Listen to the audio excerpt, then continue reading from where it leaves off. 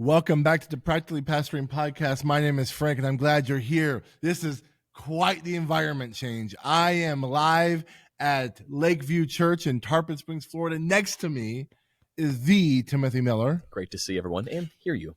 Up in Baltimore, Maryland, we got Jeffrey Simpson. Hey, everybody. And live, our on-the-field correspondent all the way in Edinburgh, Scotland. Is that right? That's it. In Scotland, Beautiful we have Edinburgh, Scotland. Andrew Larson. Andrew, how's Scotland? So is it like the next day there? It is That's 6:17 p.m. I mean, that's basically the next day. Yeah. Yeah. But it's been dark for 2.5 hours, so Nice. it feels like Yeah. it's about midnight. Yeah. So Andrew, fill us in. Tell us everything about Scotland, what you're doing, why you're there, and how's haggis? Haggis is weird. I think I would like it better if it was drier, if that makes sense. It was kind of like wet and sloppy, and like David Crowder singing about a kiss, just not into it. But I was in the Highlands for the past 4 days. I went to the Isle of Skye and did all the touristy things. I was in Inverness, and I was in this awesome little village called Grantully. And then yesterday I visited every one of the FIEC, that's the Fellowship of Evangelical Independent Churches, there in the Highlands. When I say every single one, there's only 3 of them. And it was just a really serendipitous God moment. All 3 churches mentioned each other in service and prayed for each church specifically. And, you know, as we've been talking just about how to get churches to do ministry together separately, it was such a cool thing to kind of parachute in to a place that is kind of post-church as a society. They were saying that about 3% of Scottish people attend evangelical churches. And yet to be at these 3 churches that are all on a mission together and praying for each other and supporting each other was really, really cool to be a part of. And then this morning I went out to coffee with one of the pastors and drove my stupid electric car back to the airport. It turns out that lithium-ion batteries and freezing temperatures and high altitudes, not a good combination. What are you doing sabbatical wise with, like, you're at like a seminary, right? Like, what are you doing there? I am at Edinburgh Theological Seminary this week, and I'm taking pastors out for coffee, or, you know, guys who are seminary students. I'm sitting in lectures and not having to grade any of the papers and not having to turn anything in. So I'm just kind of eavesdropping on the life of the seminary for a week. So I'm doing like a postgraduate seminar with all the master's students tomorrow, and that's after lunch, and I'm having coffee and singing because they sing a lot around here. How did you get connected with them? Like, is this a connection with Liberty, Dallas Seminary? How'd you get connected with them? The FIEC has a podcast that is called Independent, and it was talking about different churches. And there was one a couple years ago just about sabbatical programs. And we just don't have sabbatical programs at academic institutions in the state. You can't just call up Midwestern Seminary and say, hey, I'd like to come and sit in on a couple of your classes for a few weeks. They'd say, okay, you can register, you can apply. But here there's a different culture of sabbaticals for pastors. And so it came down to either Union Seminary in Wales or ETS here in Edinburgh. And there's just way more to do here than there is in South Wales. And so I reached out to the school. They have a sabbatical section on their website. I interviewed with the principal of the school. His name is Ivor Martin, and just kind of talked about what I was hoping to get out of it. And he said, that sounds exactly like something we can do. Why don't you come on down? That's sick. Be safe. Your wife is coming down there or up there this weekend, right? After we're meeting in London, but also, yeah, if this is something that you think about wanting to do, it was really pretty cheap. Not quite as cheap as the Practically Pastoring Conference, but cheaper than just about any other ministry conference I've ever been to in my life. It was, I think, £150, which comes out to like $190 to be a part of the seminary life for a week. That's, 1 credit hour worth of seminary tuition these days. And there is an interview, but no real strenuous application. It doesn't matter what your academic credentials are. They just kind of want pastors to come get refreshed and tap into what the seminary is doing. That's sick. Well, speaking of the Privately Pastoring Conference, that's happening February 17th to the 19th of 2025. Right here. Yeah, right here. We're about 4 months away, and it's going to be an awesome time. It's an opportunity to meet other pastors, share ideas. No competition. This is not like a. We could have a swimming competition in the lake. Like Sure. who could outswim the Gators? I this thought isn't gonna- I thought we were having a home run derby competition. Okay, could. let me Were we rephrase not? this. It might be competitive. This isn't going to be a competition where you're going to be like, whose church is the biggest? Oh, the big mega church pastor is going to be on the stage to tell you, how hard it is. Like, it's not going to be anything like that. It's going to be an opportunity for us to share ideas, have fun, and gain new perspectives on things. One thing that I feel like has been a theme coming up to the conference is there's people who are going through some like heavy, hard stuff, and it's an opportunity to have a safe place where you're not having to censor yourself because you're around congregants or having to be careful because elders are going to be scrutinizing what you're saying. Like, this is an opportunity for pastors to be vulnerable and honest with other pastors. And it's Florida in February. So it's kind of like the best time of year. It's right here that the disc golf course is in full swing. We've only been dinged once by the county, so we're getting those fines paid up and it'll be ready to rock and roll for you. So it's going Did to be you a good officially time. get fined? How much was Wait, it? why would you get fined? Apparently, you have to file for a permit to put a non-permanent disc golf course on your campus, on your Oh private my property. gosh! Yeah, we got like 4 letters in the mail, late fee I didn't charges. know Trinity, Florida was so communist, dude. What the heck? I like. Do I have to pay money to have cornhole tournaments out here too? I don't know. Probably. It's radicalizing me, man. I'm going Land further of to the the free, right. baby. Every single. Don't tread on me, bro. Hey, so we are excited about you coming. We want you there. We are actually gonna starting today.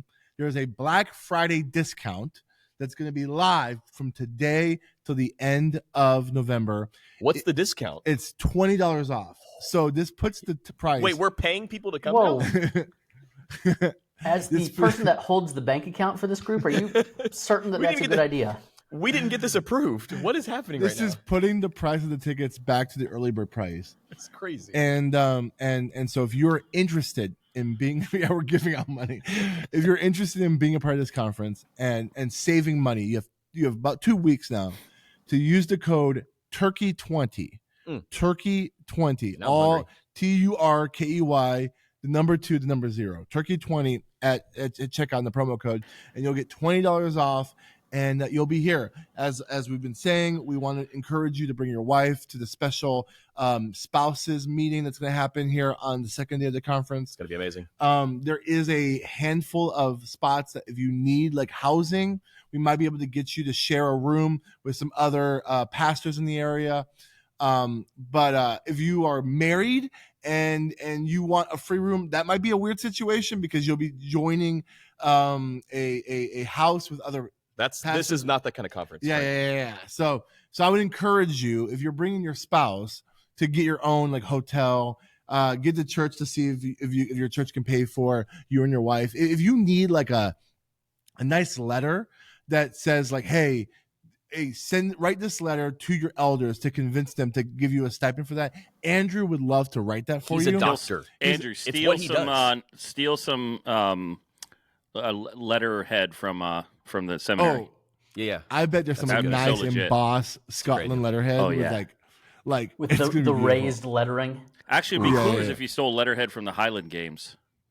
That'd be Well, epic. I'm not in the Highlands anymore. I drove down this morning, Jeff. Go back. You would Go have back. told me that yesterday.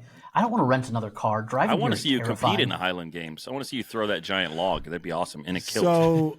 So we are able to make this conference the most affordable conference for pastors because, guys, we have a great sponsor. What? We have a fantastic sponsor Let's go. who has generously given us large sums of money to be able to make this conference very affordable and better than ever. And so we want to give a shout out today and every week of this podcast to Church Merch. Church merch. Church Merch. If you haven't heard about Church Merch, I want you to go to howcanipray.com. If you go to howcanipray.com, their website will get you to the Church Merch website.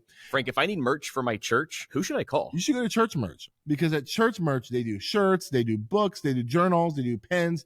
If you can think of like swag and merchandise for my church, Church Merch. But if I want to like put a goodie bag together for, I don't know, first timers, or maybe they fill out a Connect card, like who could I call that could like provide those goodies for me? Pretty sure Church Merch can do it. All right. So if you go, if you go to howcanipray.com, you'll get to their website. We would love for you to get connected with them. They're going to be here at the Practically Pastoring Conference. They're the ones that have been very generous of opening up a home for pastors. They've been generous of making sure that this conference is the most affordable pastors conference that you can be a part of, and they make quality stuff. So if you want to get your church merch to another level, go to howcanipray.com. Tell them that Practically Pastoring sent you.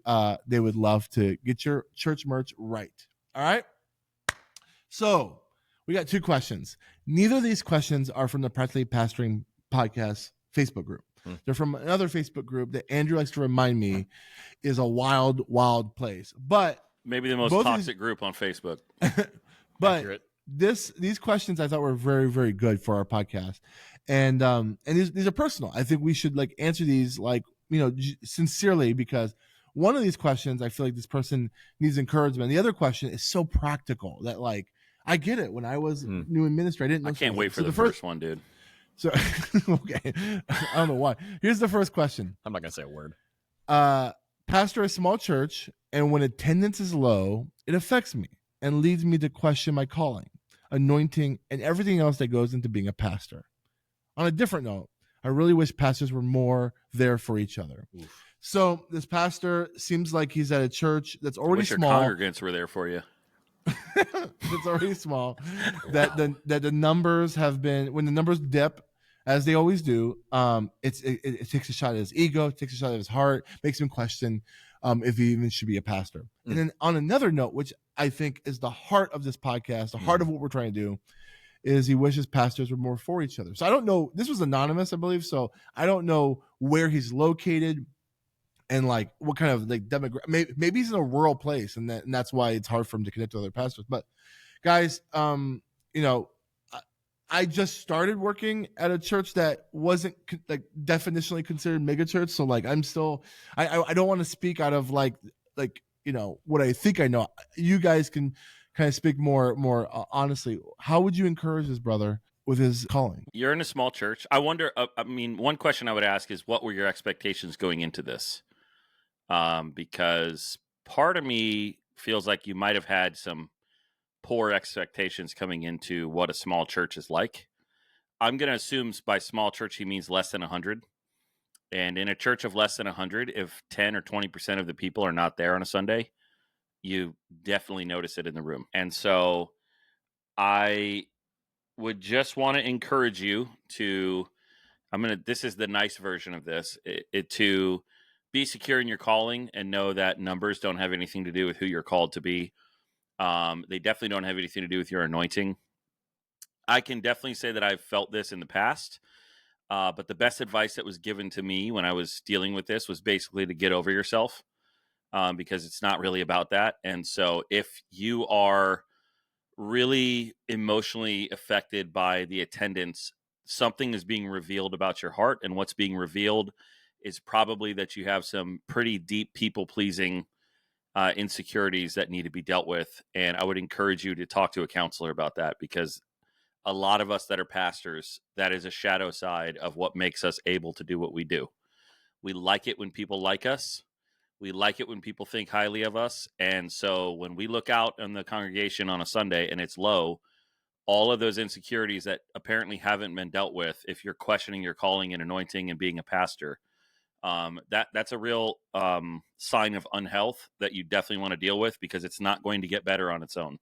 It's only going to get worse unless you do the deep work of working through that and letting Jesus heal some soul stuff that needs to happen because, you know, I mean, I got news for you. If you're in a small church, attendance is going to be low. And this time of year, if you're in a small church in a particular setting, depending on the year or maybe every year, you might be the church that all the people leave to go to other people to go to Christmas for. And so attendance will be really low. But the people that show up are still the people that are in your church. And you're not pastoring some church of your imagination. You're pastoring the church that you are part of. So, you know, the encouraging part is it's hard. It is hard. But the maybe prophetic part of it is you got to get over it. And you've got to do the work of learning how to lead well, even no matter what the setting is. Your sermon, your worship leading, none of that stuff should be affected by the size of the room in front of you. I was at 3 churches yesterday, and the biggest one was about 45 people, maybe 50 with kids. And it was so incredibly full of life. All 3 of them were. And part of that is because they're up in the Scottish Highlands and there's not the expectation. There is no church down the street to compare themselves to. And they're all linking arms together. That kind of goes to the second part of your question. I think if you found a network of pastors that were more encouraging and more supporting, then it would make the first part of the question a little bit easier to deal with. Now, there's some natural ego and there's expectations of, hey, God, here's what I expected that you were going to, call me to, and I'm not there. I certainly understand that. But like Jeff said, you have to pastor the church that God has given you, not the church that you want. You pastor the church that you have. And if that means that you have a small church, well, then you get to lean into that. I spent 15 years at big, cool churches, and now I've spent 7 years at, by most American metrics, would be a small church. We're right about 100 people these days. Although, Frank, I don't know what yesterday's attendance was. We'll have to powwow after. But 200 because Frank was there? Dang it. Now I feel bad. But I have so much more joy and satisfaction in what I get to do as the pastor of a small church, because I get to know everybody really, really well. I get to be involved in the community. I get to do things like this that I wouldn't be able to do if I was pastoring a church of 1,000 or 2,000 people. And when it's soccer season, I get to peace out at 2:00 and go coach my kids' soccer games.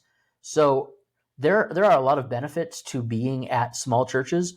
And I think if you can solve the second part of that question, the first part is going to get solved a whole lot easier. I wonder if the fact that he seems to not have a lot of community with other pastors, that the feeling of having to, that low numbers hurt so much, is maybe because he's in a community where there's either a lot of larger churches and those pastors like stiff arm him. Yeah.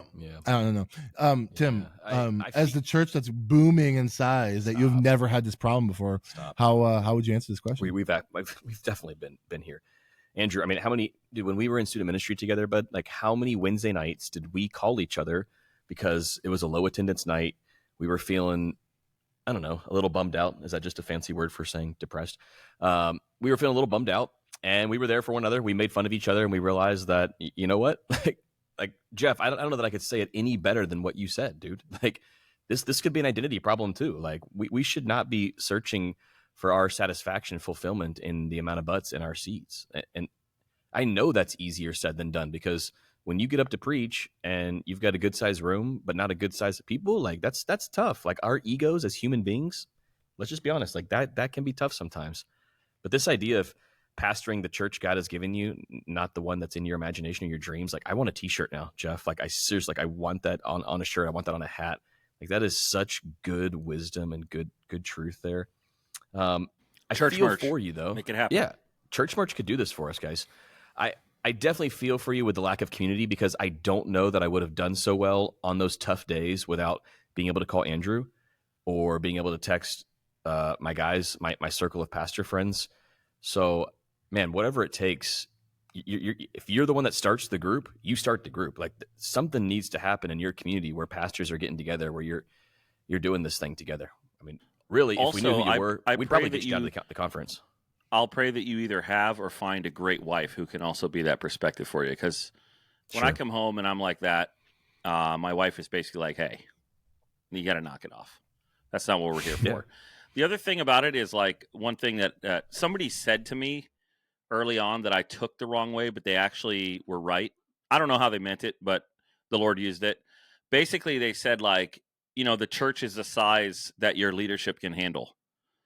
And, when I was not as maybe spiritually healthy and mature as I have grown into over the last few years, when I was younger, I took that kind of personal, but I think that's probably true. And I think that's the case that, Ephesians 4 says that Jesus kind of basically hands out grace as he sees fit in terms of gifting. And so if you're at a small church and God called you to a small church, you might not be ready to handle a large church. There's a lot more stress and things that go into it. And I say this to my family maybe once a month. I kind of have this moment where I'm like, I would it be fun to be at a big, cool church? Yeah, in some regards it would be. But I would not trade the pace of life and schedule that I have now, kind of what you said, Andrew, for more money. I wouldn't. My kids are little. I see them all the time. I mean, I spent the entire morning with my 3-year-old today running errands and stuff. I don't know that I would trade that for, $10,000 more a year.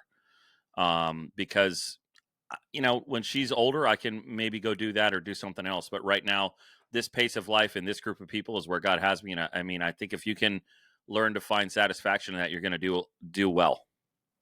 But Jeff, what if we gave you 11,000 instead of 10,000 to come to a slightly larger church? You know what I mean? Like, is there that magic dollar where you're like, you know what? I don't know that I could say no to that. But I do agree with you, Jeff. I think the issue is not that something is better. It's just different. Like, it's a different pace of ministry. It's a different style of ministry. And I will say that there can be health in both styles of ministry. Unfortunately, from experience in the larger church setting, it's a much different pace than what I'm typically used to. And Andrew and I both worked at the same church where the running joke was it's a revolving door when it comes to staff because they just couldn't seem to keep staff on for very long. So I do think there needs to be some work done when it comes to pacing and ministry at larger settings. But like you said, Jeff, it's not that it's better. It's just different. I think the extra $10,000 or whatever it might be, I think that's a misnomer in a lot of situations as well. One of my really good friends is a campus pastor, not Frank. He quit that job. Another one of my good friends is a campus pastor, and he leads a good-sized congregation. But he's in meetings constantly. He's told, hey, here's what you're going to preach. Hit on these 3 verses and these 3 points. But other than that, it's up to you. Completely write your own sermon. And he makes way less money than I do. And he's in a way cooler building, and their video announcements look way better than ours. But I think sometimes we think that if I could just get to that place, things would be better. And having been to that place and having a lot of friends that are at that place, none of them are in Scotland right now. And I am. So, shh. Don't sleep on the little churches. You're going to keep going if I can just get to that next, and 10 years is going to go by. There's always there's like grass is always greener complex. Look at this. This is where I am right now. He wants to shoot it. What are we doing? Bro, he drops his phone. Oh, man. There's a ledge right here. I'm good. All right. Is that a castle? Yeah. Yes. That is Awesome. Edinburgh Castle. Wow. Yeah. It's really cool. Andrew, thanks for showing us. Have you seen Bono yet? I'm pretty sure he's from Ireland. Oh, that's the same thing, right? But what are the guys that sang, and I would walk 500 miles, and the Proclaimers? Yeah, they're from Podcast Scotland. is off the rails right now. Anyways, well, also you can get Proclaimers T-shirts from church merch. Amazing. Okay, copyright infringement, but sure, yeah. So last thing, whoever this is, I'm going to post this video. It might get taken down because it's not my Facebook group, but I'm going to post this in the comment of that person. If you're listening to this, I want you to know you have a free ticket to the Practically Pastoring Conference. We want you here. I don't know where you live or where you're from, but if you can get here if your church, I mean, if you're the lead pastor, maybe you have some like continuing ed funds. If you can get here, we will make sure that you can have a free ticket to the conference. We would love to kind of encourage you. At minimum, we can help you with the community aspect that you're looking for. Make some friends with other pastors, find that support system, and know that you'll be around other pastors who know exactly what you're going through. And maybe there's some tips. Is there a bounce house being built right outside? So they are blowing up the projector screen for the Advent Social. We're doing an outdoor Christmas movie night. Weather's great here in December, so he's testing everything out, make sure all the gear works. Anyway, sorry. There's just like a lot of things.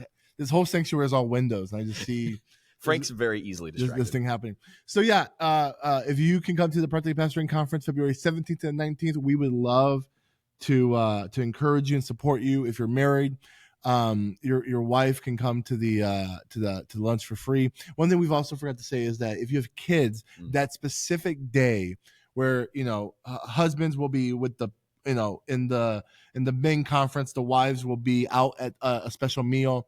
If you have kids, we have free childcare for that moment that we would love for you to. Yeah, we don't have childcare for 3 days. No, just for that meal. But for that session. Yeah, for that session. So we would love for you to be there. Anyways, reach out to one of us. We would love to encourage you and support you in that way. Good conversation. Hey, next question is from the same Facebook group. This is the most practical question that someone can ask. How does a typical candlelight service run? Order of service, what is done with the candles? I'm a young pastor that has not done a candlelight service yet, so looking for advice and direction. So everyone here has either been a part of or led a candlelight service.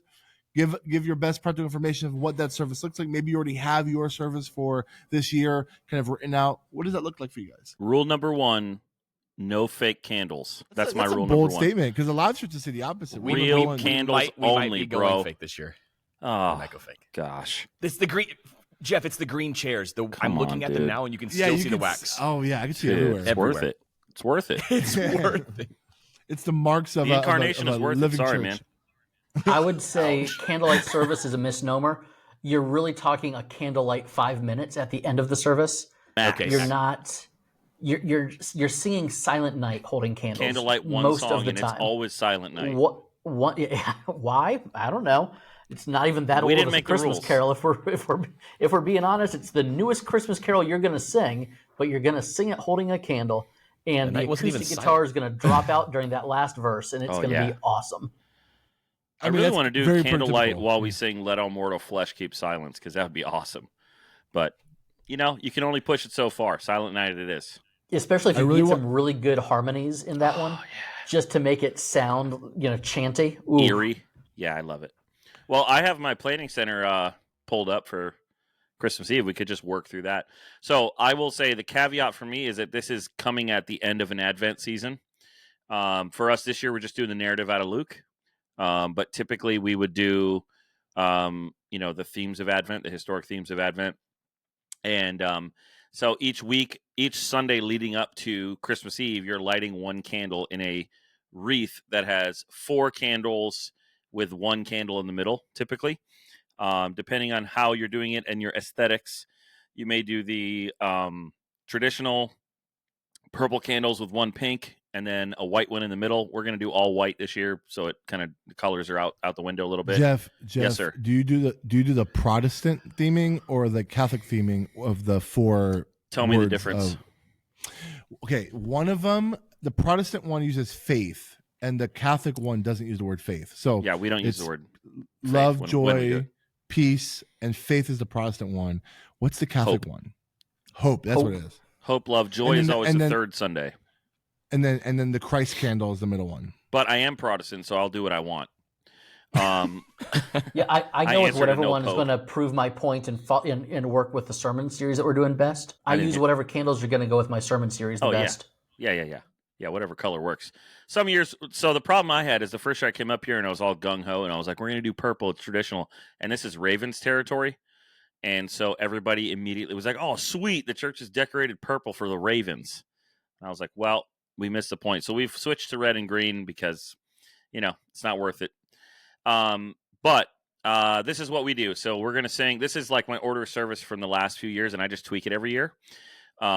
Christmas Eve is a little bit like Easter. Like everybody knows what's coming, and it doesn't matter. Just throw them that fastball they're expecting. It's going to be good. So we're going to sing, "O Come All You Faithful, Come Thou Long Expected Jesus." We're going to read from Isaiah 11.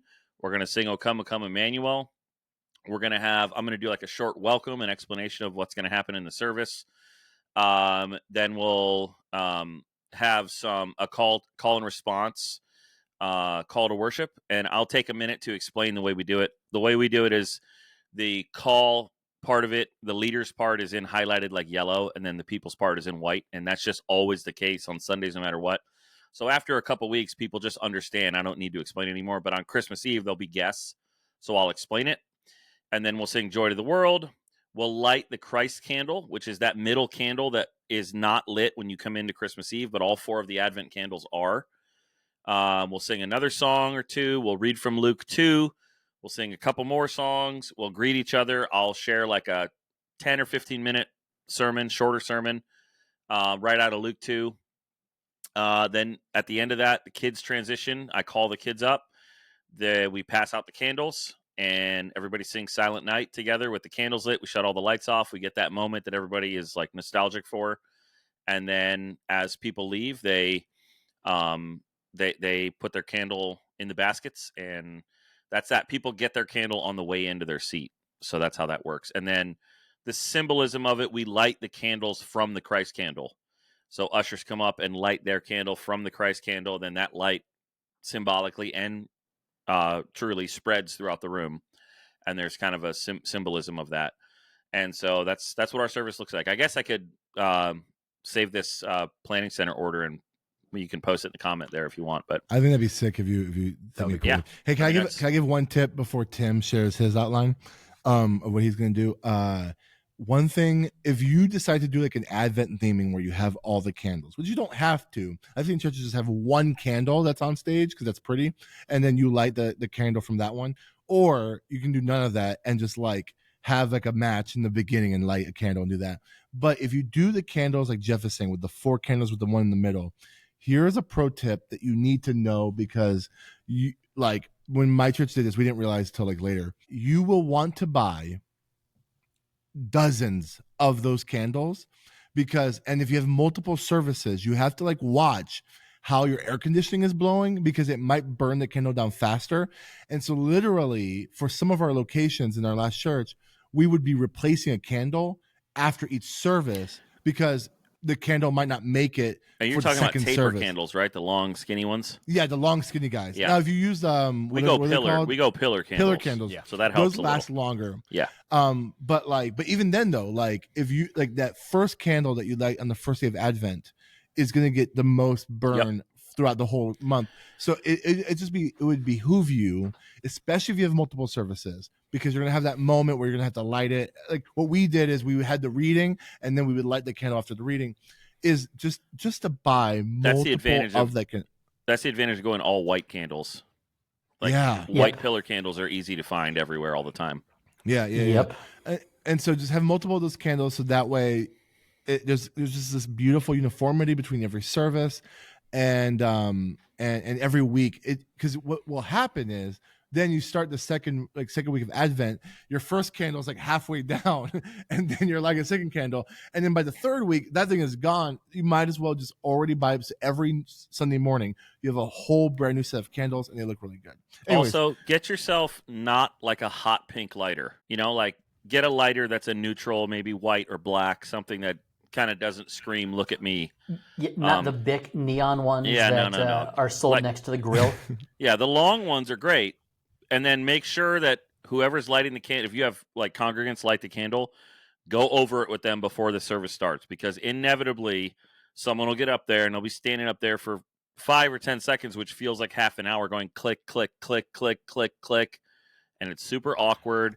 And then honestly, as a pastor too, you need to think about the order you're lighting the candles. I remember one Christmas Eve service at the church I grew up at. My pastor lit the candle nearest to him first, and then reached over the top and almost lit his sleeve on fire. So, but to me, that's the joy of real candles, It's a wild card. You don't know what's going to happen. Kind of week like three, how Joy. Jesus in your life, he's going to do stuff you didn't expect. You see? You need real So- fire. So, first off, I'm sure there's a deacon in your church that has a nice little Bic lighter in his box of cigarettes that's ready to pull it out if you need it. For sure. But if you want to make this, like I fought for this at my campus, and this is what we did. We bought those like super long matches. They just look cooler. You know what I'm saying? Those like super long matches.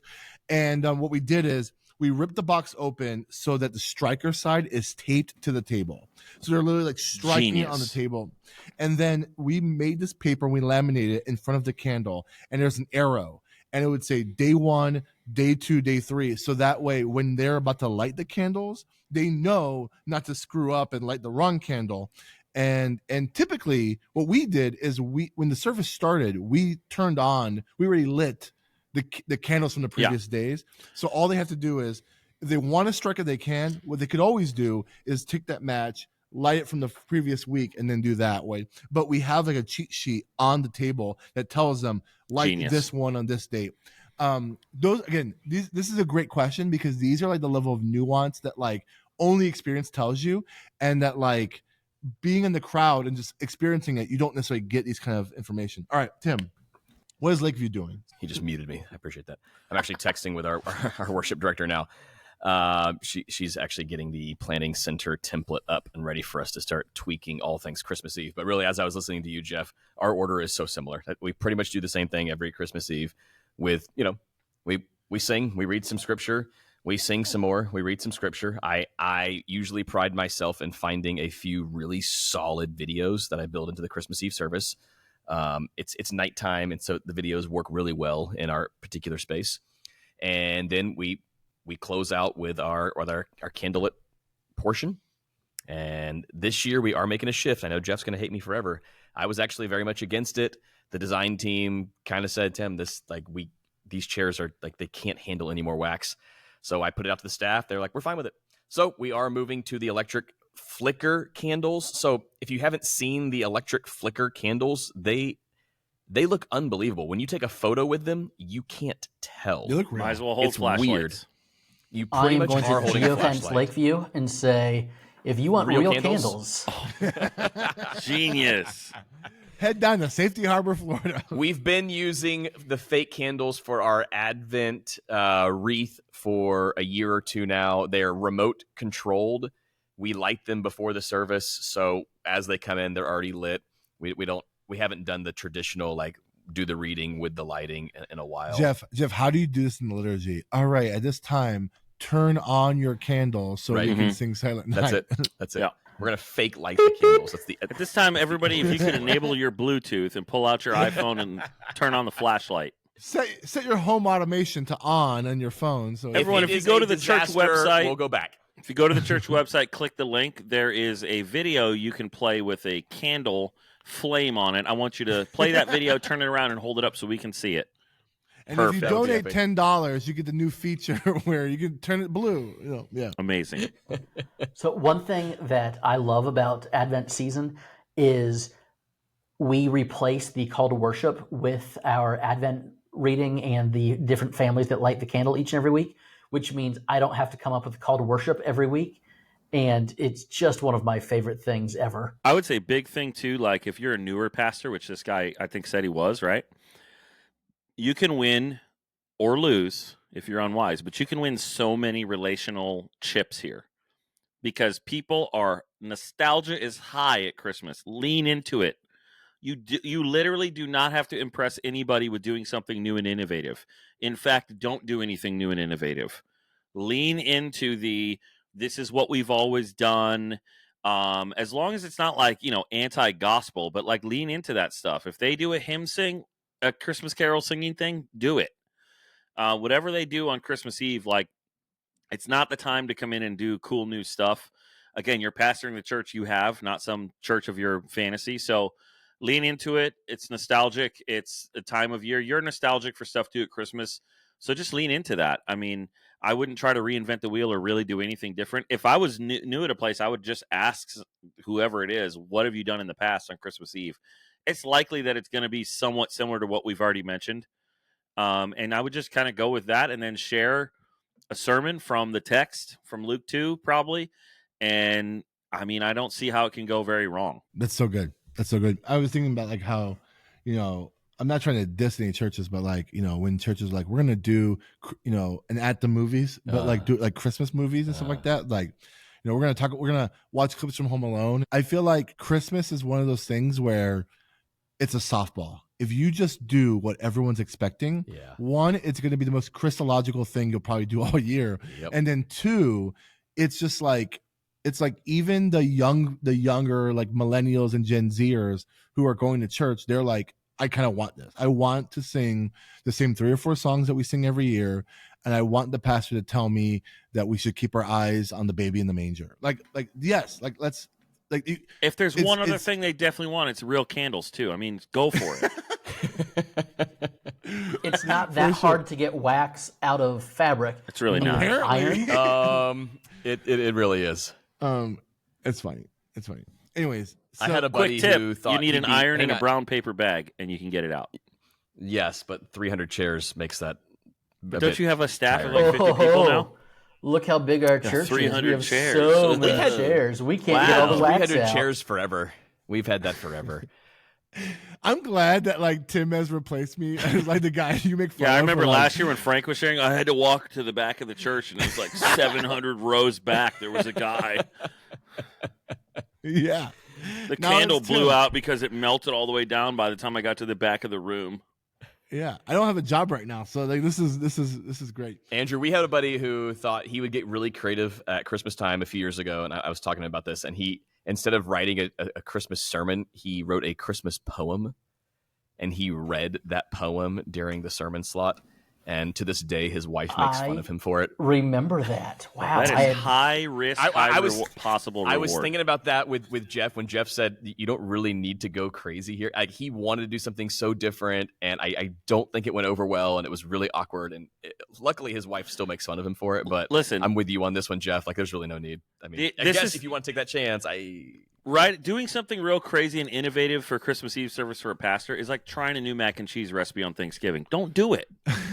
what's the That's point? good. Do it. You That's get good. one Why? time a year that Yeah. they're gonna they expect like this and Easter. It's pretty obvious what you're gonna preach about. Just preach about it. Yeah. Hey guys, Just go with it. speaking of that, between morning after and this, I had a little bit of time and I hadn't eaten lunch, and it's 7 p.m. here. So I went across the plaza here of the Grass Market to Cold something house. I don't know. It's some famous place. It's an old church that's now a pub. And I had mac and cheese French fries. I just want you to know that they tasted exactly like mac and cheese French fries, and it was spectacular. Was there actual potatoes in there? Yeah. That's awesome. Wow. Little haggis. I didn't know if it was like French. French fries made out of mac and cheese or mac and cheese made from potatoes. Well, like, Mac and cheese on top of French fries. oh my this gosh. This is actually. Why didn't I even think This of that? It blew my mind. The American is mind can't even comprehend. I was gonna say this is American colonialism. We've imported this to Scotland, and we're giving them diabetes because of it. Hey,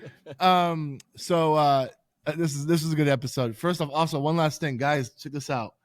Tim and I wore the same hat, and Not on purpose. And he hates it. He hates it. I was so mad when I saw him get out of the car. He's like, he turned his hat around. He's like, I can't wear this. Thank you for the Wesleyan Church for these hats because they hooked us up at the conference last week. Free hats at Nice. the conference, boys. From the Free hats. Wesleyan Foundation. Hey, thank you so much for listening to this episode. We will not be here next week because we will be celebrating Thanksgiving with Gobble, our gobble, family. like true y'all. Americans do. I'll be in Like true Florida, Americans maybe with do. you Yeah, boys. Yeah. No, there's no Group maybe. hang. Jeff, we're Group lifting hang. next week. Every We day. are. Well, I'm- I don't actually, know about I'm- lifting, Like in about 40 minutes, I'm going to lift here. So Let's I'm excited go. about it. Let's go. but the four of us need to get together and we're gonna hang out. We're gonna eat and we're gonna spend some time together. Yes. Delmar, we miss you. We're sorry your Drive your down, son bro. has a sick tummy. Yeah, you should come down. Like, just come It's down. not that far. Like, It's like 8 hours. What's stopping you? What's fine. stopping you? Oh, having Thanksgiving with your family? Forget that, Lame. man. Come down here. Yeah. But yeah, we hope you come to the Practically Pastoring Conference. Go to practicallypastoringconference.com. Use promo code Turkey20 to save $20. It's going to be amazing. And go check out church merch at howcanipray.com. They're just great friends of ours who are supporting not only this show, but also supporting our conference to make it as affordable as possible for you. With that being said, I'm Frank Gill. I'm Jeff Simpson. I'm Andrew Larson. And I'm Timothy Miller. This is Practically Pastoring. See ya in 2 weeks. Bye.